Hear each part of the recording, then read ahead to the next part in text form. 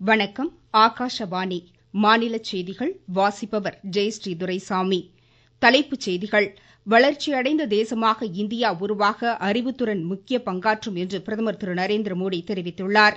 நாட்டின் பொருளாதாரத்தில் பழங்குடியின சமூகத்தின் பங்கு இன்றியமையாதது என்று குடியரசு துணைத் தலைவர் திரு ஜெகதீப் தன்கர் கூறியுள்ளார். தமிழக சட்டப்பேரவை கூட்டத்தொடர் நாளை தொடங்குகிறது.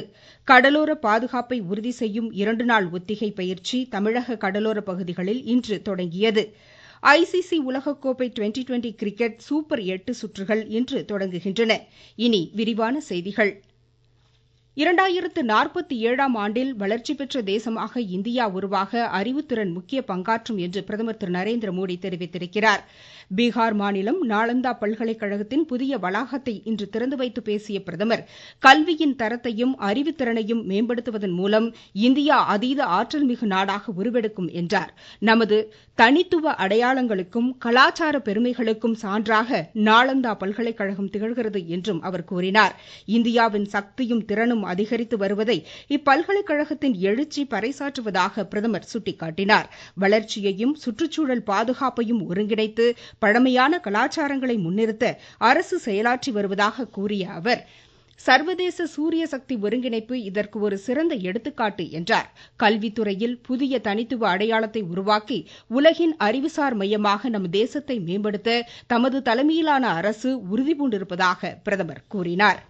10வது சர்வதேச யோகா தினம் நாளை மறுநாள் கொண்டாடப்பட உள்ள நிலையில் பிரதமர் திரு நரேந்திரமோடி சஷாங்காசனம் செய்யும் காணொலி பதிவை இன்று சமூக வலைதளத்தில் வெளியிட்டார். முதுகுத்தண்டு, முழங்கால் மூட்டுவலி போன்றவற்றிற்கு இது பயனளிக்கும் என்றும் அவர் குறிப்பிட்டுள்ளார். நாட்டின் பொருளாதாரத்தில் பழங்குடியின சமூகத்தின் பங்கு இன்றியமையாதது என்று குடியரசு துணைத் தலைவர் திரு ஜெகதீப் தன்கர் தெரிவித்திருக்கிறார். மத்திய பிரதேச மாநிலத்தில் நிகழ்ச்சி ஒன்றில் பேசிய அவர், சிக்கிள் செல் அனீமியா எனப்படும் மரபணு மாற்ற இரத்த சோகை நோயை வேரோடு அகற்ற மத்திய அரசு உறுதிபூண்டிருப்பதாக கூறினார். ஆயுஷ்மான் பாரத் சுகாதார காப்பீட்டு திட்டத்தின் கீழ் இந்நோய்க்கான சிகிச்சையும் இணைக்கப்பட்டிருப்பதையும் அவர் சுட்டிக்காட்டினார்.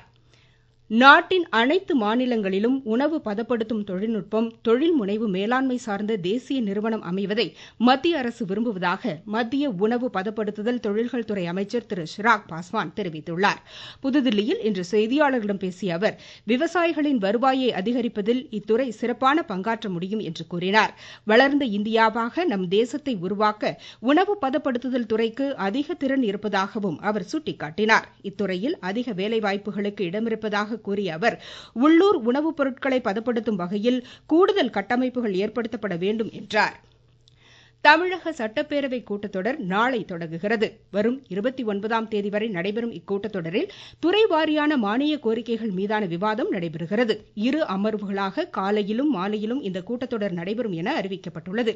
இக்கூட்டத்தொடரில் புதிய திட்டங்கள் தொடர்பான அறிவிப்புகள் வெளியாகும் என எதிர்பார்க்கப்படுகிறது. நீங்கள் கேட்டுக்கொண்டிருப்பது ஆகாஷவாணியின் மாநில செய்தி அறிக்கை. புதிய குற்றவியல் சட்டங்கள், பாரதிய நியாய சன்ஹிதா, பாரதிய நகரிக் சுரக்ஷா, பாரதிய சாக்ஷிய அதிநியம் என்ற இந்த புதிய சட்டங்கள் அடுத்த மாதம் 1ஆம் தேதி முதல் செயல்பாட்டிற்கு வருகின்றன. NCRB சன்கலான் கைபேசி செயலியில் பதிவிறக்கம் செய்து இந்த சட்டங்கள் குறித்த விவரங்களை முழுமையாக தெரிந்து கொள்ளலாம்.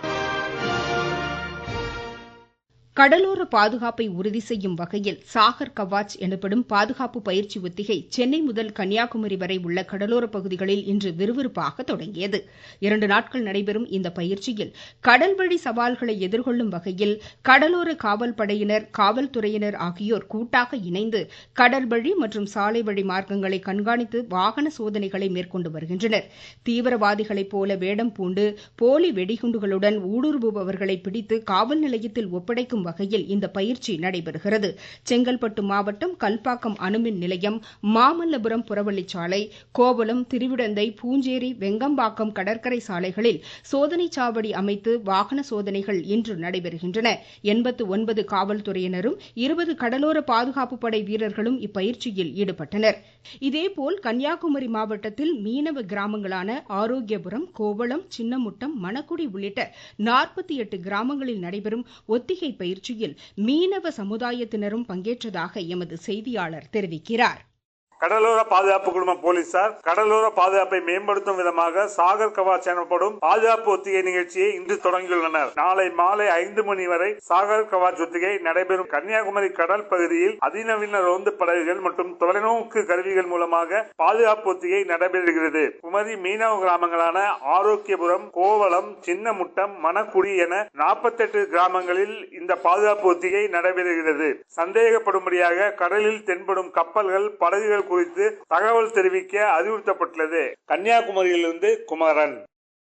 நாகை மாவட்டம் அக்கரைப்பேட்டை, செருதூர், வெள்ளப்பள்ளம், புஷ்பவனம், 4 வேதபதி, கோடியக்கரை, மணியன்தீவு உள்ளிட்ட பகுதிகளிலிருந்து 70க்கும் மேற்பட்ட காவல்துறையினர் 9 குழுக்களாக பிரிந்து இந்த ஒத்திகையை மேற்கொண்டு வருகின்றனர். இந்த ஒத்திகை பயிற்சி நடைபெறுவதை ஒட்டி இப்பகுதிகள் பரபரப்பாக காணப்பட்டன. தூத்துக்குடியில் தமிழக கடலோர பாதுகாப்பு படை காவல்துறை துணை கண்காணிப்பாளர் திரு பிரகாஷ் தலைமையில் ரோந்து பணிகள் மேற்கொள்ளப்பட்டு தீவிரவாதிகளாக செயல்பட்ட 11 பேர் கைது செய்யப்பட்டனர்.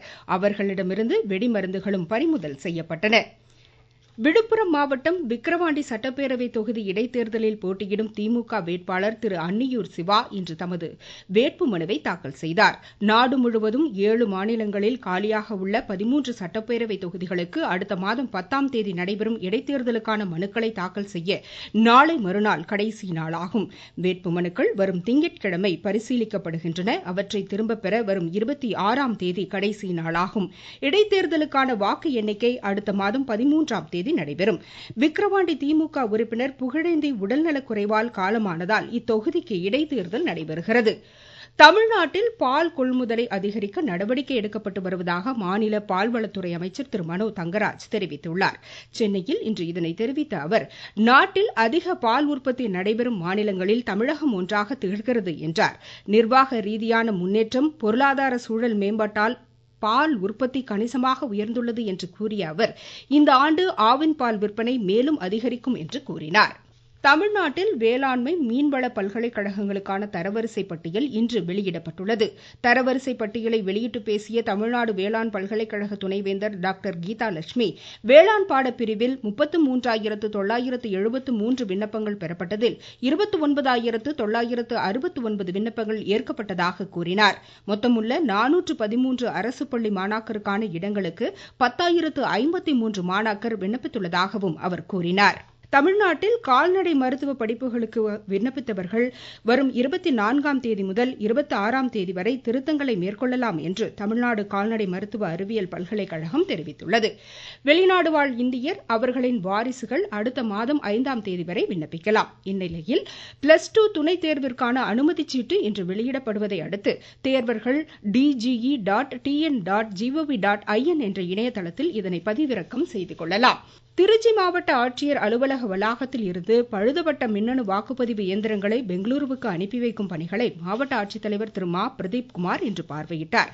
பின்னர் செய்தியாளர்களிடம் பேசிய அவர், திருச்சிராப்பள்ளி மாவட்டத்தில் நம்ம அந்த நான் ஃபங்க்ஷனல் அண்ட் டிஃபெக்டிவ் இவிஎம்ஸை இன்னைக்கு பெல்லுக்கே திருப்பி அனுப்புறோம். இப்போ நம்ம அனுப்புறது கமிஷனிங் அப்ப டிஃபெக்ட் ஆன மிஷின்ஸையும், டியூரிங் த மாக் போல் அப்ப டிஃபெக்ட் ஆன மிஷின்ஸை மட்டும் நம்ம இப்போ அனுப்புறோம். எலெக்ஷன் அப்ப டிஃபெக்ட் ஆன மிஷின்ஸ் எல்லாமே நம்ம இங்கேயே ரீடைன் பண்றோம். 50 பேலட் யூனிட், 60 கண்ட்ரோல் யூனிட் மற்றும் 112 விவிபேட். இது கமிஷனிங் அப்பவும் மாக் போல் அப்பவும் டிஃபெக்ட் ஆன மிஷின்ஸ். இதை பெங்களூருக்கு நம்ம அனுப்புறோம். வித் கன்மேனோட ஒரு தாசில்தார் இன்சார்ஜோட போட்டு நம்ம அனுப்பிச்சிடும்.